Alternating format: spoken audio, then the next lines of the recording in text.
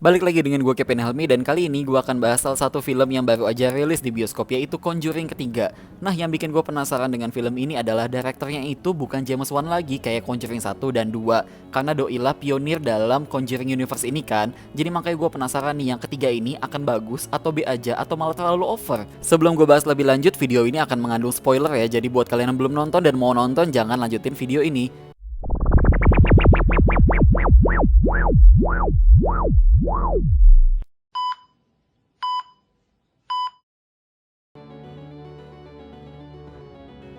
Kita masuk ke penilaian pertama. Untuk story gue kasih nilai 6.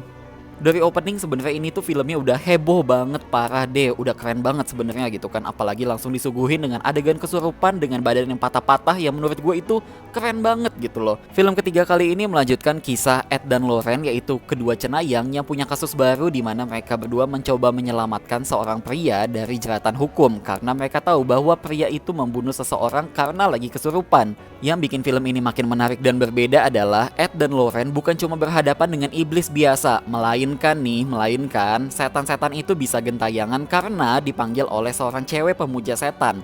Yang sebenarnya si pemuja setan ini nggak terjelaskan juga sih alasan dia kenapa sih mau bikin ritual dan kutukan itu. Keuntungan pribadi buat dia tuh apa? Cuma obses doang kah? Gue cuma kurang puas aja sih dengan penjelasan di filmnya itu. Dia pilih korbannya juga berdasarkan apa? Ya random aja kali ya, karena logikanya kan anak kecil bernama David yang pertama kali dikutuk itu kan baru aja pindah ke sebuah rumah. Dan kebetulan aja dia yang kena kutukannya. Coba kalau yang kena itu bapaknya, gimana tuh? Di pertengahan film ada beberapa sentuhan komedi di dalam dialognya yang lumayan lah buat hiburan semata. Sepanjang film berjalan juga, sebenarnya ini momen jumpscare-nya menurut gue terasa agak kebanyakan dan juga over, seakan jalan ceritanya jadi terasa lambat banget. Bagaimana film ini diselesaikan juga ternyata adegan klimaksnya nih menurut gue biasa banget. Mungkin karena adegan openingnya yang udah heboh banget, tapi ternyata adegan klimaksnya gitu doang. Yang trailernya menurut gue udah agak bocor gitu ya, jadi kita udah bisa nebak-nebak nih jalan ceritanya bakalan kemana sih. Tapi ya kalau ditanya apakah filmnya seru, ya seru aja. Apakah horor, ya horor juga. Tapi apakah jadi sesuatu yang spesial, menurut gue nggak juga sih.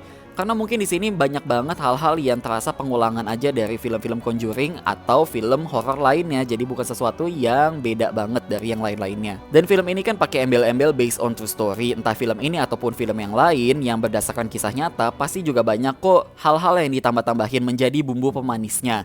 Kita lanjut ke soal directing, gue kasih nilai 6,5.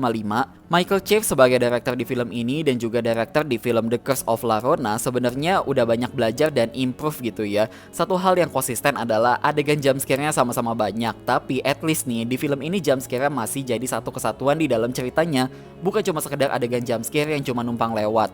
Kita lanjut ke soal aktor dan aktris, gue kasih nilai 9. Gak perlu ditanya lagi, Vera Farmiga sama Patrick Wilson emang selalu bagus dari film pertama sampai yang sekarang gitu ya. Kita lanjut ke soal sinematografi dan film editing, gue kasih nilai 9. Sinematografinya menurut gue menarik banget, apalagi di beberapa momen teror setannya itu permainan lightingnya pokoknya unik banget deh. Terus juga untuk tone warnanya konsisten dari film yang pertamanya. Kita lanjut ke soal production design, gue kasih nilai 8. Bukan film dengan budget yang murahan, jadi memang wajib banget ditonton di bioskop ya untuk bisa menghargai film ini. Tapi di sisi lain, ini kan film tahun 80-an. Entah kenapa, apakah karena ini film horor, jadi tone warnanya tuh kayak di tone down gitu untuk saturationnya, atau memang di awal tahun 80-an tuh style baju yang warna-warni, yang heboh, hebring, itu belum muncul banget kali ya. Kita lanjut ke soal kostum, makeup, dan hairstyle, gue kasih nilai 9. Kostum makeup hairstyle nggak usah ditanya lagi, semuanya bagus, gak ada masalah. Apalagi dengan setan-setannya, adegan kesurupannya, semuanya oke banget lah. Kita lanjut ke soal sound dan music, gue kasih nilai 6. Di sini Joseph Bishara yang tadinya gue super duper ngefans banget sama dia karena dia yang bikin musik di film Insidious 1 yang sangat ikonik. Seakan makin kesini musik yang dia buat bukan sesuatu hal yang baru lagi, cuma bermodalkan musik kencang aja gitu. Jadi untuk total skor film kali ini gue kasih nilai 7,6/10. Pada akhirnya semua film itu selera masing-masing kok. Oke, sekian untuk penjelasan review film kali ini dan makasih udah nonton. Bye-bye.